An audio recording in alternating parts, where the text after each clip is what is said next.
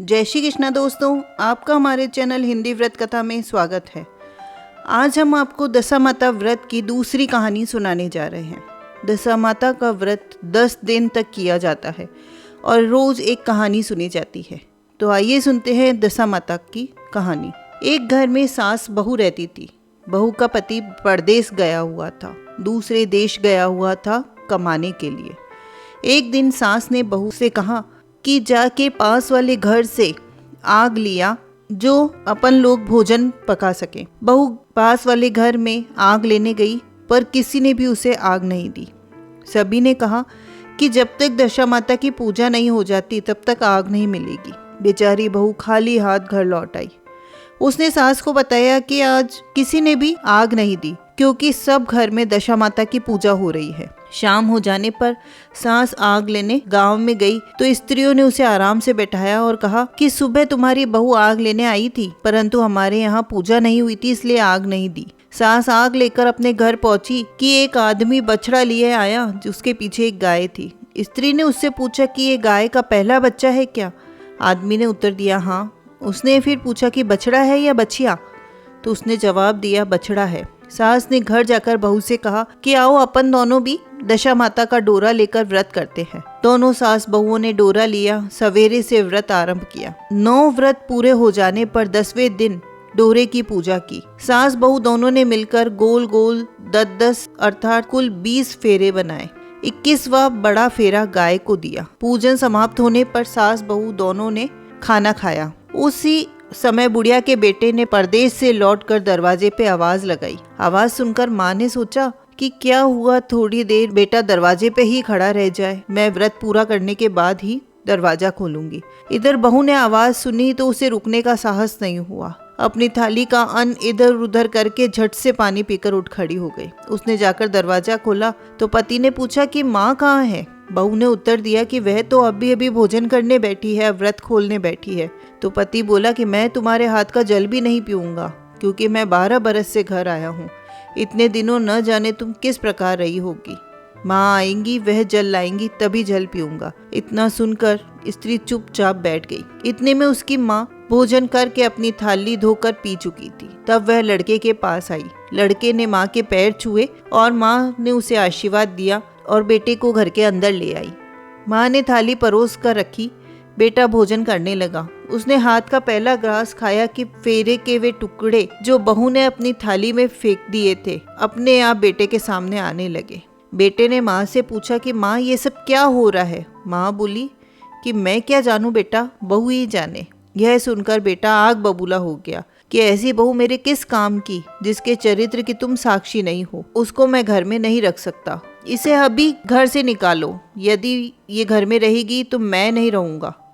माँ ने बेटे को व्रत का पारण का सब हाल बताकर हर समय से समझाया, लेकिन वह मानने को तैयार ही नहीं हुआ। वह यही कहता रहा कि इसे घर से बाहर करो या मैं चला जाता हूँ। माँ ने सोचा कि बहू को थोड़ी देर के लिए बाहर कर देती हूँ। जब लड़के का गुस्सा उतर जाएगा तो बहू को बुला लूंगी। बुढ़िया ने बहू से कहा कि देरी के बाहर जाकर पेड़ के नीचे थोड़ी देर के लिए खड़ी हो जाओ। जब बहू पेड़ के नीचे खड़ी हुई तो पेड़ बोला मुझसे हटकर खड़ी हो, मैं दशामाता के विरोधी को छाया नहीं दे सकता। इस पर वह वहां से चलकर घड़ोची के पास गई। घड़ोची बोली मुझसे हटकर खड़ी हो, मुझ पर इतना भार घड़ों का नहीं है जितना तेरा है। वह वहां से हटकर घूरे के ढेर के पास खड़ी रही। घूरे का ढेर बोला कि मुझ पर इतना भार कूड़े का नहीं है जितना तेरा है, यहाँ से हट जाओ। वो और कहीं चली गई। इसी प्रकार उसे कहीं भी खड़ा नहीं होने दिया। वह बहुत दुखी हुई, जंगल में चली गई। जंगल में भूखी प्यासी घूमती रही। एक सूखे कुएं में गिर पड़ी। वह उसमें गिरी परंतु उसको चोट नहीं आई। वह उसमें नीचे बैठ गई। अचानक राजा नल वहां शिकार खेलते खेलते पहुंच गए। उनके साथी बिछड़ गए थे। वे प्यास के कारण उस कुएं के पास आए तो देखा उसमें एक स्त्री बैठी है। राजा नल के भाई ने कुएं में पानी के लिए लोटा डाला तो उस स्त्री ने लोटे को पकड़ लिया। भाई ने नल से कहा कि इस कुएं में किसी ने लोटा पकड़ लिया है। तब राजा नल ने कुएं पर आकर कहा कि यदि तुम पुरुष हो तो मेरे धर्म भाई हो और स्त्री हो तो मेरी धर्म की बहन हो। तुम जो भी हो बोलो, मैं तुम्हें बाहर निकाल लूंगा। स्त्री ने आवाज दी, राजा ने उसे बाहर निकाल लिया तथा हाथी पर बैठा कर राजधानी ले गया। महाराज को शिकार से लौटकर महलों की ओर आते देखकर सेवकों ने महारानी को महाराजा के आने की सूचना दी। सेवकों ने एक स्त्री को हाथी पर बैठा देखकर रानी को बताया कि महाराजा एक नई रानी को भी साथ लाए हैं। यह जानकर रानी बहुत दुखी हुई। इतने में महाराज वहां पहुंच गए। रानी ने हाथ जोड़कर विनती की कि महाराज, मुझसे ऐसी क्या गलती हो गई कि आपने दूसरा विवाह कर लिया। राजा नल ने हंसकर जवाब दिया कि यह तुम्हारी सौत नहीं ननद है, यह मेरी धर्म की बहन है। तुम्हें इसके साथ अपनी सगी ननद की तरह बर्ताव करना चाहिए। यह सुनते ही महारानी बहुत प्रसन्न हुई और उसका चेहरा खुशी से खिल उठा। वह बोली कि अब तक मैं ननद का सुख नहीं जानती थी, अच्छा हुआ जो मुझे भाग्य से ननद मिल गई। राजा ने उसका नाम मुंह बोली बहन रखा और उसके लिए एक अलग महल बनवाया। उसके दिन सुख पूर्वक बीतने लगे। एक दिन राजा की घोड़ी को बच्चा हुआ तो राजमहल की स्त्रियां बधाई गीत गाने लगी। मुंह बोली बहन ने अपने दासियों से कहा कि बाहर जाकर पता करो कि किस बात की बधाई गाई जा रही है। दासियों ने बताया कि महाराजा की घोड़ी ने एक अच्छे बच्चे को जन्म दिया है, उसकी बधाई गाई जा रही है। तो बहन ने पूछा कि क्या घोड़ी का ये पहला बच्चा है? तो दासियों ने उत्तर दिया हाँ। तो मुंह बोली बहन महारानी के पास जाकर बोली कि आओ भाभी रानी, हम तुम दोनों दशा माता का डोरा लें। रानी ने पूछा कि डोरा क्या होता है, आप समझाइए मुझे। वह बोली कि दशा माता का व्रत का यह नियम है कि पहले पहले जब गाय या घोड़ी या स्त्री के प्रसव की खबर सुने तब डोरा लेकर व्रत प्रारंभ करते हैं।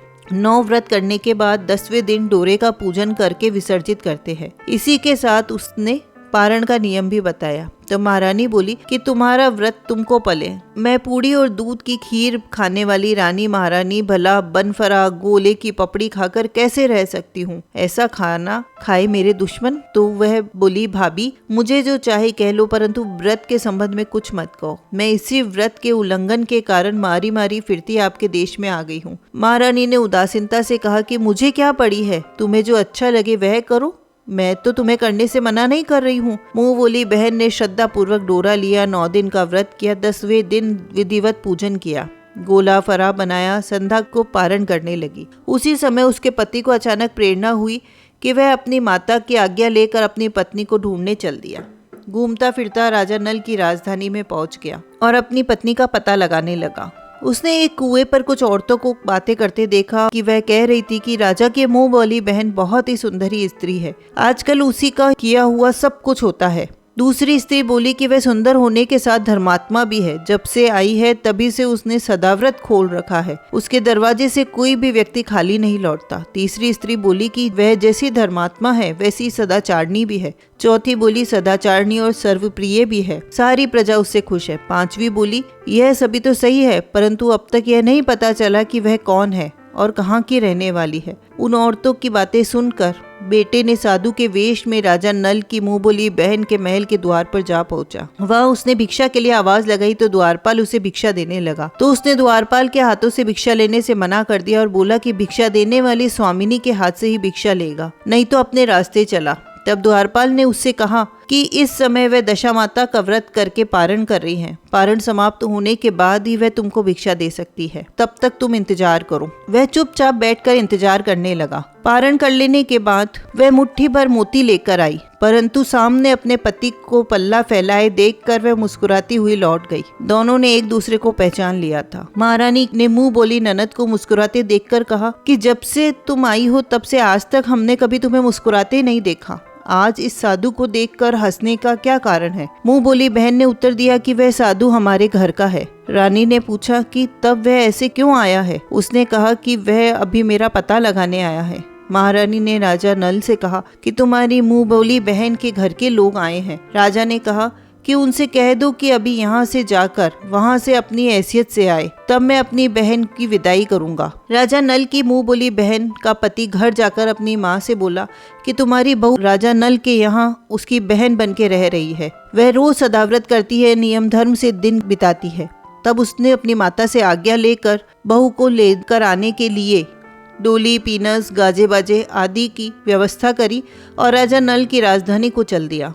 राजा ने उसको यथोचित आदर सत्कार किया। कुछ दिन मेहमानी में रख कर विधि पूर्वक बहन की विदाई की। जब वह महल के बाहर निकलकर चलने लगी तो महल भी उसके पीछे पीछे चलने लगे। तो महारानी बोली ननद जी तुम चली और मेरा महल भी चला, जरा पीछे मुड़कर देखती जाओ। जो ही उसने पीछे मुड़कर देखा तो राजा का संपूर्ण राजसी वैभव अचानक लुप्त हो गया। राजा की मुंह बोली बहन तो अपने पति के साथ आनंद से रहने लगी, परंतु राजा नल और रानी का हाल हो गया कि वह दोनों कमरी कतरी ओढ़े फिरने लगे। उनके भोजन के पत्ते खड़खड़ाने लगे। राजा नल ने रानी से कहा कि अब हमें यहाँ से कहीं दूसरी ओर जाके रहना चाहिए। रानी पतिव्रता स्त्री थी, इसलिए उसने राजा की बात मान ली। चलते चलते एक गांव में पहुंचे।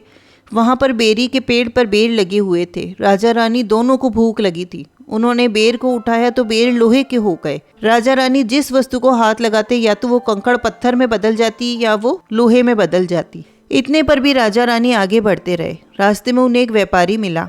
व्यापारी ने राजा रानी को पहचान लिया।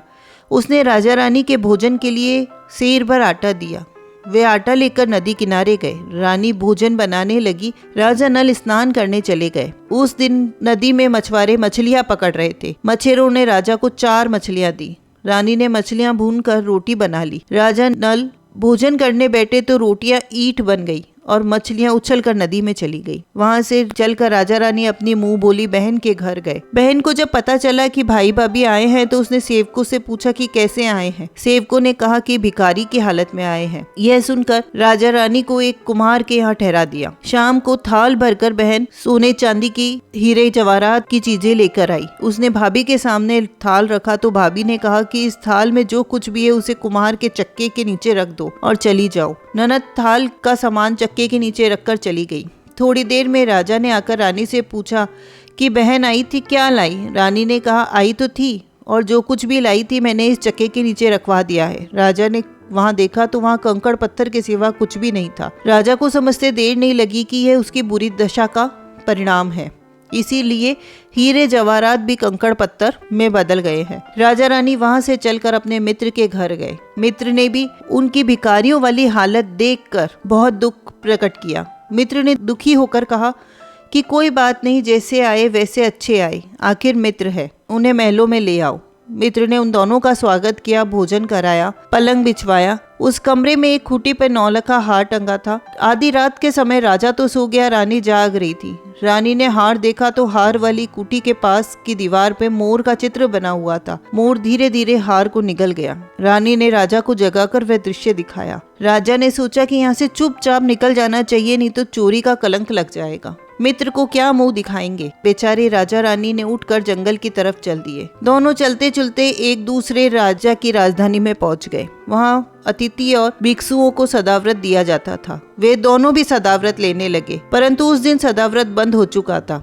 वहां के अधिकारियों ने कहा कि वह लोग न जाने कहां से अभागे आए हैं कि इन्हें देने के लिए कुछ भी नहीं बचा, फिर भी उन्हें एक मुट्ठी चने दे दो। उन्होंने इस प्रकार के अनादर और कड़वी बातों सहित दान लेना अस्वीकार कर दिया। तो दनाध्यक्ष बोला कि यह तो बड़ा ही घमंडी भिक्षुक है, भीख भी मांगता है और गाली भी देता है, इनको हवालात में डाल दो। दोनों को एक कोठरी में बंद कर दिया। एक एक मुट्ठी चने दोनों को खाने के लिए मिलने लगे। जिस कोठरी में राजा रानी को बंद किया गया था उसी के पास आम रास्ता था। एक जमादारनी राजा की घुड़साल साफ कर उसी रास्ते से निकला करती थी। एक दिन वह बहुत देर से निकली तो रानी ने आवाज लगाकर पूछा कि आज तुम इतनी देर से कैसे आई? तो वह बोली कि राजा की घोड़ी के बछड़ा हुआ है, उसकी टहल में देर हो रही है। राजा ने पूछा कि घोड़ी का पहला प्रसव है क्या? तो जमादारनी ने कहा कि हाँ पहला प्रसव है। के बोला कि लड़का हुआ है या लड़की? तो बोली कि लड़का हुआ है। रानी ने राजा से कहा कि एक बार मैंने तुम्हारी मुंह बेली बहन के डोरे का अनादर किया था, उस दिन से हमारी दशा बदल गई। आज मैं दशा माता के डोरे लेना चाहती हूँ।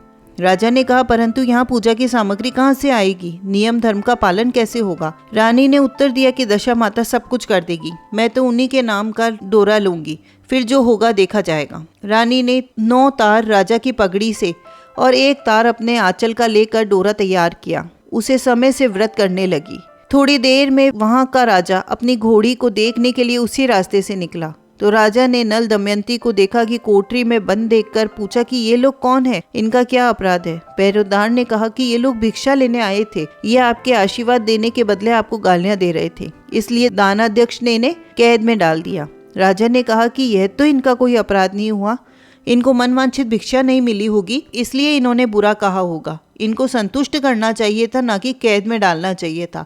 इनको अभी के अभी रिहा करो। राजा की आज्ञा ने उसी समय दोनों को कोठरी से निकाल बाहर किया। राजा उनके पांव में पद्म और माथे पर चंद्रमा देखकर पहचान गया कि ये तो राजा नल और रानी दमयंती है। दोनों हाथ जोड़कर उसने क्षमा मांगी और हाथी पर बैठाकर अपने महल ले गया। कुछ दिन तक वहाँ राजा पूरे राजसी ठाट बाट के साथ अपनी राजधानी की ओर प्रस्थान किया। रास्ते में वे पहले अपने मित्र के यहाँ गए, जहाँ पर हार मोड़ निगल गया था, वो उसने उगल दिया। रानी ने राजा को जगाकर वह दृश्य दिखाया। राजा नल ने अपने मित्र को बुलाकर यह दिखाया। मित्र बोला कि मैंने तुम्हें कभी भी चोर नहीं समझा था, न अब समझता हूँ।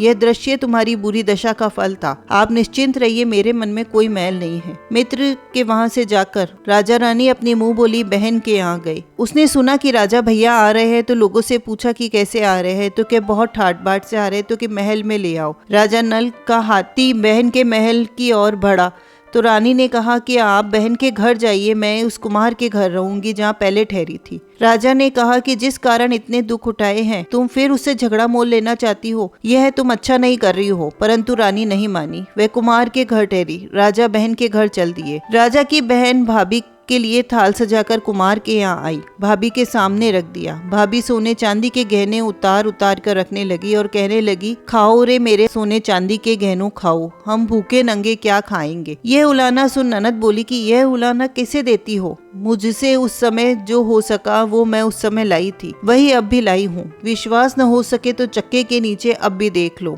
सचमुच चक्के के नीचे देखा तो वहाँ पर माणिक मोतियों का ढेर लगा था। रानी यह सब देखकर चौंक गई। वह बोली कि ननद जी, इसमें तुम्हारा कोई दोष नहीं है, हमारी ही दशा खराब थी, इसीलिए तुम्हारा सारा सामान कंकड़ पत्थर में बदल गया था। फिर रानी ने ननद का लाया सब सामान तथा अपनी तरफ से कुछ और जवाहरात मिलाकर ननद को वापस दिया, लेकिन ननद को पूजा का न्योता देना भूल गई। वहां से चलकर राजा सूरा गाय के पास आए।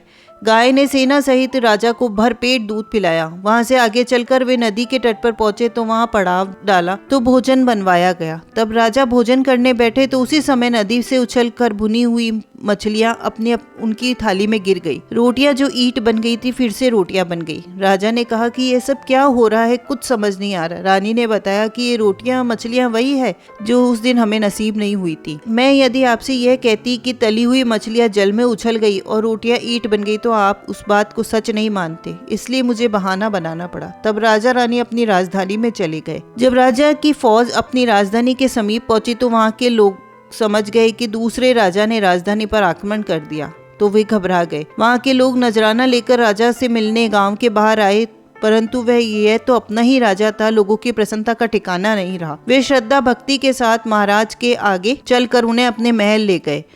राजा रानी ने महल में प्रवेश किया। रानी ने तुरंत दशा माता की पूजा का प्रबंध किया। उसने उस पूजा में नगर की सब सौभाग्यवती स्त्री को बुलाया। भगवती के भोग के लिए सब प्रकार के पकवान बनाए। आटे की 10 बत्तियां, 10 शक्कर की गुंजिया, 10 अठवाइयां सुहागिनों के आंचल में डाली। सुहागिनों का श्रृंगार करके दशा माता की पूजा आरंभ हुई। कलश स्थापित करके दीपक को जलाया, परंतु बत्ती नहीं जली। इस पर पंडितों ने कहा कि कोई न्योता पाने वाला न्योतने को तो नहीं रह गया, याद कर लीजिए, उसके आने पर ही दीपक जलेगा।